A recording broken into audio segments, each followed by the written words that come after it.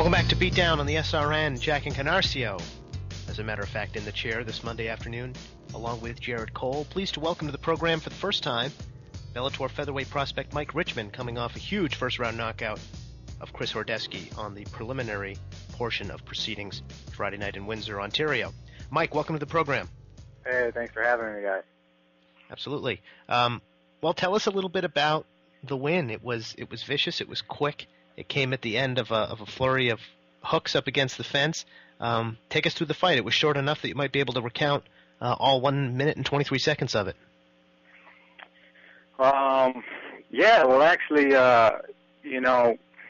just breaking down the fight, my game plan was to go in there. I knew I had, some high-level striking abilities, and I kind of really wanted to showcase it against someone like Horodecki.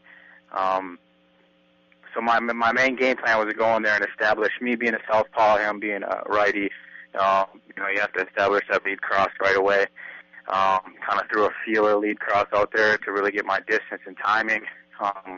Once I had that, after like the first 10 seconds, I knew, I had the distance, timing, and rhythm all, figured out from then. And then that's when I just started to gain control and just to take off from there. When you said putting out the feeler lead cross to start what eventually was the fight-ending flurry, what are you looking for when you put that lead out there? What are you looking to see from your opponent, in this case Horodecki? Well, what I'm looking for is kind of the reach, his reaction to my cross. What is he trying to counter with? Is he backstepping? But mostly, my first feeler out is definitely just the distance and the timing. That first cross I threw out there, I don't know if you watch it again, I didn't throw my full speed on my cross. It was more of a slowed down cross. I didn't want to show my hand speed yet. Once I got that in there, I knew he'd let me get in the pocket. He'll let me get closer to him. He's kind of more of a hook guy. He rarely throws straight punches. I was actually kind of surprised, him knowing he was going up against a southpaw, he would still kind of fight his traditional stand-up game.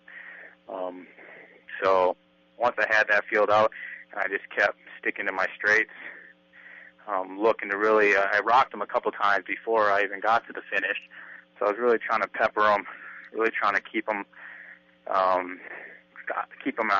shocked, because after I hit him a couple good times, I could see in his eyes, he's like, holy shit, what am I getting myself into?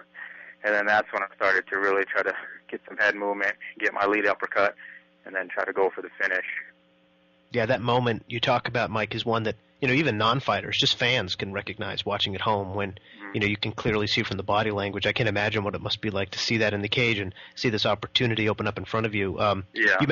You mentioned the opportunity to get that hand speed going, but you didn't want to show your hand. That might be a luxury that you had because, in building a very impressive record on kind of the local circuit, you're now 12-1. You were 11-1 coming into the fight. Mm-hmm. Maybe Chris didn't have access to a whole lot of, tape or other ways to know that your hand speed was there. Yeah, and that was very deceptive probably for him as well. Some of the fights that are on the internet are like from 2008 to early 2009 when I was nowhere near the fighter I am now. That was like the beginning when I just got out of the Marine Corps and started fighting. And then also you look at the record, and a lot of my early wins were by submissions. So he's probably thinking to himself, I know in one of his interviews he's like, once I put my hands on him, I know he's going to shoot in. And I just kind of, when I saw that, I just kind of chuckled inside, like, all right. So I think he was definitely shocked and thrown off guard, and he didn't know how to adjust. Do you feel like now, as far as the hand speed, do you feel like now that you've did it in such a high-profile way against a name opponent that gig's sort of up for you? You can't mask your hand speed anymore. People know it's coming.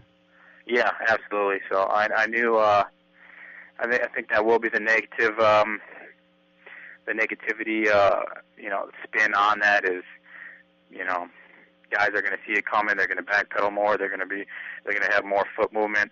They're not going to want to sit right there in the pocket with me and trade. So I think that will definitely come into play in future fights.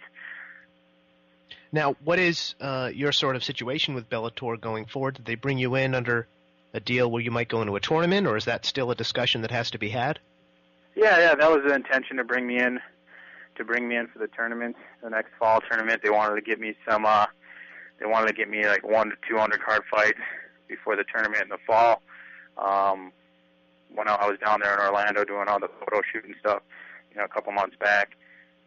And I think what happened, Bjorn saw me hitting mitts, and he brought up that he thought it would be a good idea for me to fight Chris Horodecki in Canada. And they brought it up to my manager and stuff. And initially, everyone was kind of skeptical. Zach Light, who signed me, and Jeremy, my manager, they're kind of like, maybe you should take it easy. This is a high-profile fight. We don't want to lose your opportunity in the tournament. And I just looked at it as, I knew right away. I'm like, I've matched perfectly against this guy, and I'm definitely ready to. I didn't want to take the easy route into it. I didn't want to take the Rad Martinez route and fight some can and like that. Nothing against him. I wanted to. When they brought up me against Chris Horodecki, I'm like, oh man, I'm gonna definitely make my name out of this fight. And I said, yes, let's do it. I pretty much had to convince him, like, yes, I want this fight, and I don't care. And then then they said, all right, let's do it.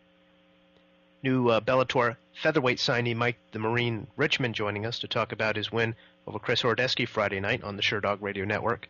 And Mike, I have to start off first and apologize to you. Actually, I'm from Minnesota. My cousin is a photographer who works out here and has worked with you. Okay. And he mentioned your name and talked about the fight coming up, and it's oftentimes things kind of slip through the cracks, and I didn't get a chance to watch it. He made me watch after the fact, and I was blown away, like I think everyone else who watched that fight. And you kind of touched on proving to people and showing your ability and the opportunity that this fight was. Yeah. Did you have a focus on just individuals like nationwide? Like, I need to put myself out there and put everybody on blast who doesn't know my name and just put me aside thinking this was going to be Horodecki's fight? Yeah. I had a lot of motivation. My motivation from Tough 12, kind of not being ready for that opportunity. And, even though I was out of my weight class, I was at 155, but still kind of, not performing. That was one of my motivations, motivation of the haters of, other people in Minnesota, just anyone that didn't think I had what it takes. That's my feel. And, people that I train with, especially, now training at the academy with high-level guys, I was just so hungry to just go in there. I visualized the fight like a million times, and I did visualize a TKO first or second round. I didn't imagine a brutal KO like that, but that's what happens, I guess. You mentioned not expecting a brutal.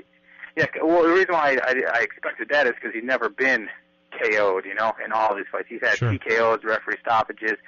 He's a tough kid. He's fought, he's fought tough dudes, Bart Palashevsky twice. I mean, he's fought, Cerrone, Radcliffe, goes on and on.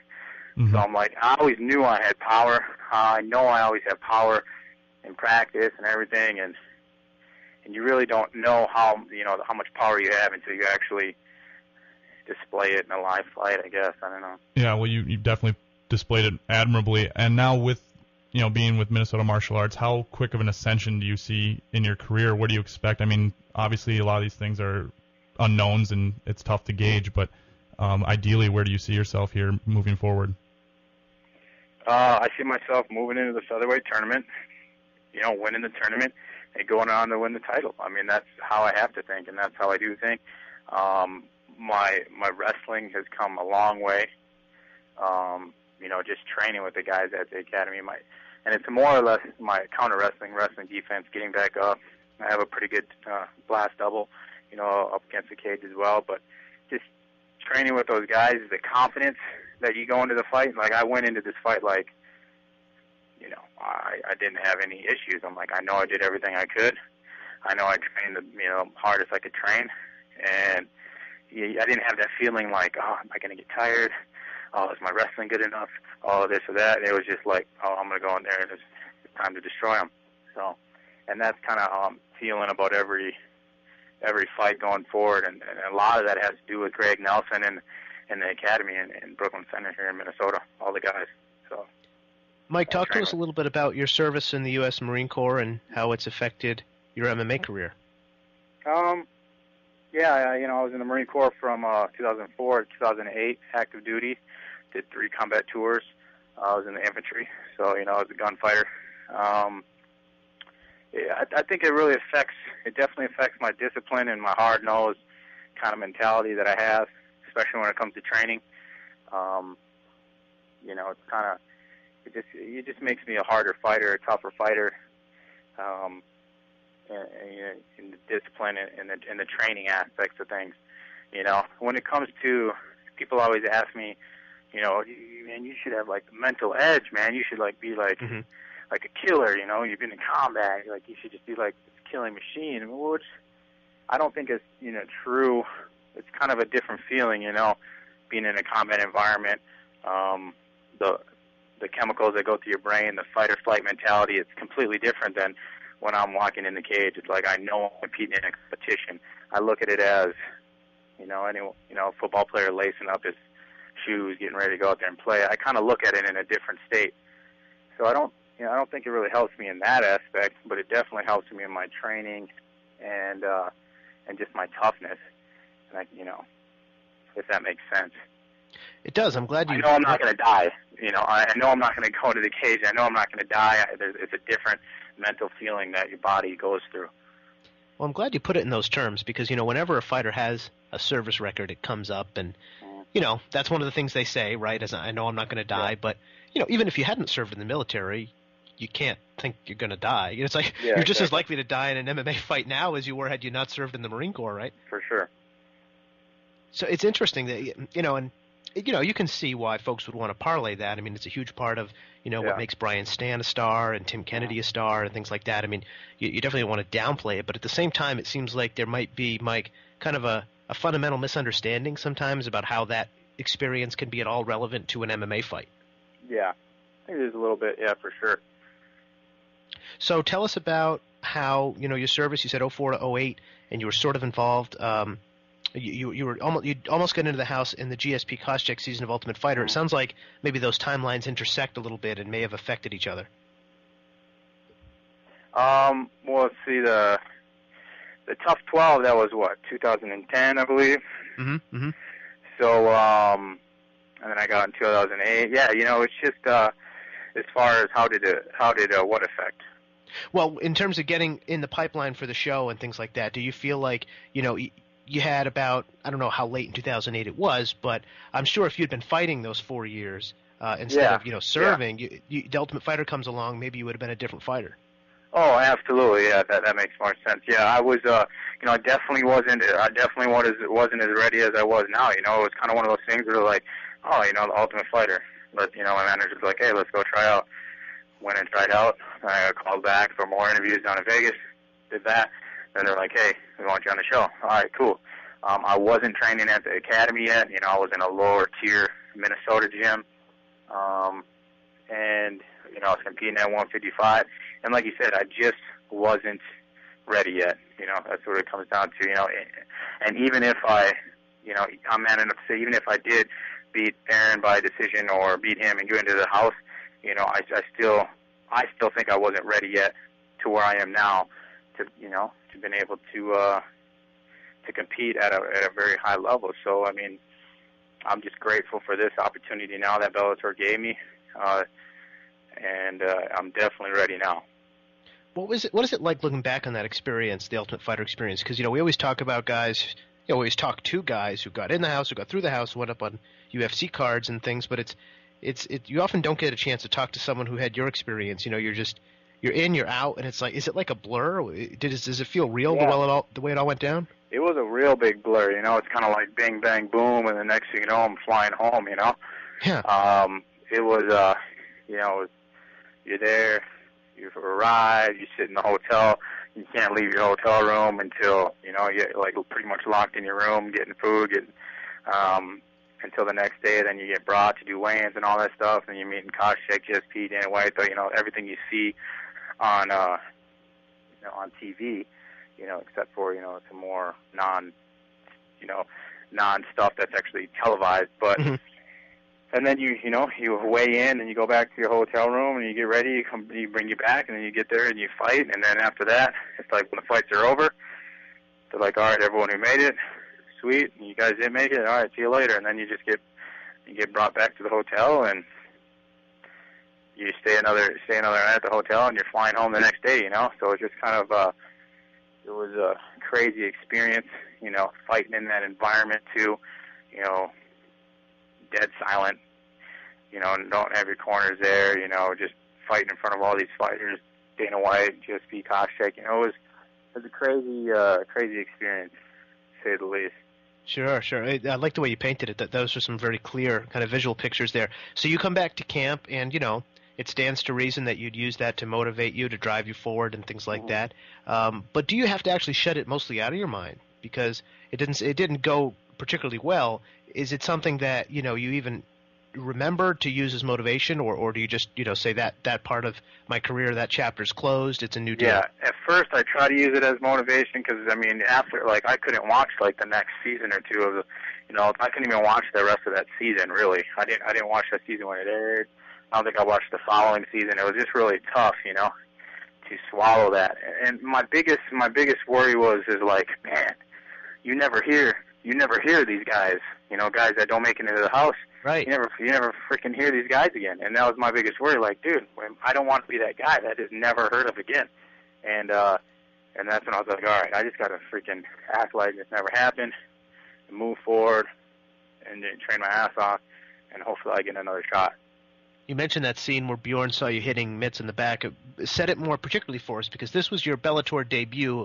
What chance would Bjorn Rebney have seen for you hitting mitts in the back? Obviously, you weren't fighting that night, or was it another show? No, this was, they actually brought all the fighters down, tournament fighters and future tournament fighters, to do all the promo, the video shoot, the photo shoot, kind of all the stuff that you see before the Bellator guys come out, kind of all that video stuff and looking into the camera, all that fancy stuff.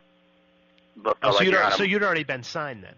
So I've already been signed, yeah. So this was, I can't remember what month this happened, probably 2 months ago, 2.5 months ago, 3, something like that. I went down to Florida. So I've already been signed at that time.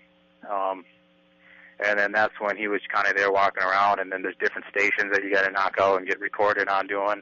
And then that's when Zach Light, one of the guys at Talent Relations, was like, yeah, he told my manager, yeah, Bjorn saw him, hitting mitts, and he was really impressed, and he thinks, he thinks, the Chris Horodecki fight would be a good fight. So, and I think Bjorn's been a boxing promoter in the past too, so I'm sure he has a good eye for boxing talent. Talk about your skill set and what your kind of base was starting out in the game and where you're at today. My base starting out in the game was kind of, I always had the boxing abilities. It was just more of a, I don't know what I'm saying. It was kind of more brawling. I wouldn't say it was brawling, but it was more take him down, try to grind him out, and tap him. I was confident in my boxing. I was confident in my stand-up in practice. Because it was your first fights. In practice, I'm feeling really well, really confident. Then you get into those first pro fights, you're like, maybe I should just jab, bring him to the cage, take him down. And then try to submit him. So that was kind of my starting, was trying to just get him up to the cage, take him down, or just get him to the ground and try to submit him, grappling. And then as it progressed and got more comfortable in an actual live fight with my stand-up, that's when it started turning, and it's slowly molding and shifting towards, kickboxing, stand-up, takedown defense. If I get taken down, bring it back up. Still working some submissions, but primarily trying to keep it on the feet. So it's kind of molded. Sure. And it all sort of coalesced for you Friday night in Ontario as you knocked out Chris Horodecki in the first round on the prelim portion of the Bellator card, and looking forward to the next tournament. Set the stage for us, Mike, before we let you go. Mike, the Marine Richman, joining us. You mentioned your service, 04 to 08. We talked a little bit about what it's like to to compare and contrast the different, just brain chemistry and energy that goes into the two. You mentioned you were an infantryman. Give us just a quick sketch of what kind of service we're talking about in the military, where and what types of operations. I did a lot of security patrols, a lot of did several raids, and what that means is us as infantrymen, we're the ones on the feet, we're the boots on the deck. We're going around, we're patrolling the neighborhood, we're getting to know the local populace. We're trying to win over the community, people that aren't involved in any of the type of bad guys, going around attacking the U.S. forces or any type of military forces, and that's when you run into sometimes you're going to run into IED attacks, you're going to run into the insurgent enemy, and then you're going to have to close with and destroy the enemy in that aspect. So and I was located out in Camp Fallujah. Okay. Worked in Al Anbar province, all the western Iraq. That's kind of primarily where the Marine Corps was operating, and so yeah, that was kind of my deal. Did it 3 times and got out and came back home. Very good. Well, it's good to have you back. Good to have you in MMA. Quickly then, compare. You mentioned that experience on The Ultimate Fighter, and closing the door to that, shutting it out of your head. Do you do the same with your military service? Does that creep in to your mentality sometimes? Yeah, sometimes I have to just let it go, because I really enjoyed my time in the Marine Corps, and I kind of, every once in a while I miss it. I miss the boys. Like, I kind of want, I want to go over there and serve again. So there's times you're like, man, I just want to, you get the itch again. Mm-hmm. So I still keep it with me. My experiences, sometimes, I want to go back, but you definitely just kind of gotta move forward. You gotta focus on one goal. You can't be successful at one thing if you're thinking about, multiple other things. So you kind of gotta just look and keep it in your rearview mirror. Mike Richman of the Bellator featherweight ranks was successful in his debut resoundingly with a first-round knockout of Chris Horodecki Friday night. Looking forward to the Season 6 featherweight tournament. Mike, thanks a lot for taking the time and joining us, and we'll catch up to you on the other side, I'm sure. All right, thanks, guys. I really appreciate it, man. Sweet. All right, great. Mike Richman joining us here on Beatdown on the SRN. Jared, that's the kind of stuff that's always going on in Bellator's ranks. You got your eye on the current tournament field. It's hard enough to keep track of who's who, but right on the undercard, they're already getting their next bracket set up. Yeah, and speaking to Mike Richman, the kind of talent that you can just kind of see fleshed out in a Bellator format, and what they're doing is really great. And I was completely honest about the fact that my cousin had to let me know that Mike Richman beat Chris Horodecki, because, like I mentioned, sometimes you don't have time for all these things coming in at once. Mm-hmm. And it just goes to show you you can't just assume things are going to go a certain way. And I should be better than that. Yeah, yes, a little self-loathing here from Jared Cole. It happens. Any good MMA fan loathes his or herself at some point. But yeah, it's the Bellator moment thing, and these great highlight reel knockouts. Good for him, Mike Richman, and we'll very much look forward to seeing how he's matched up in the next tournament and where he can go from there.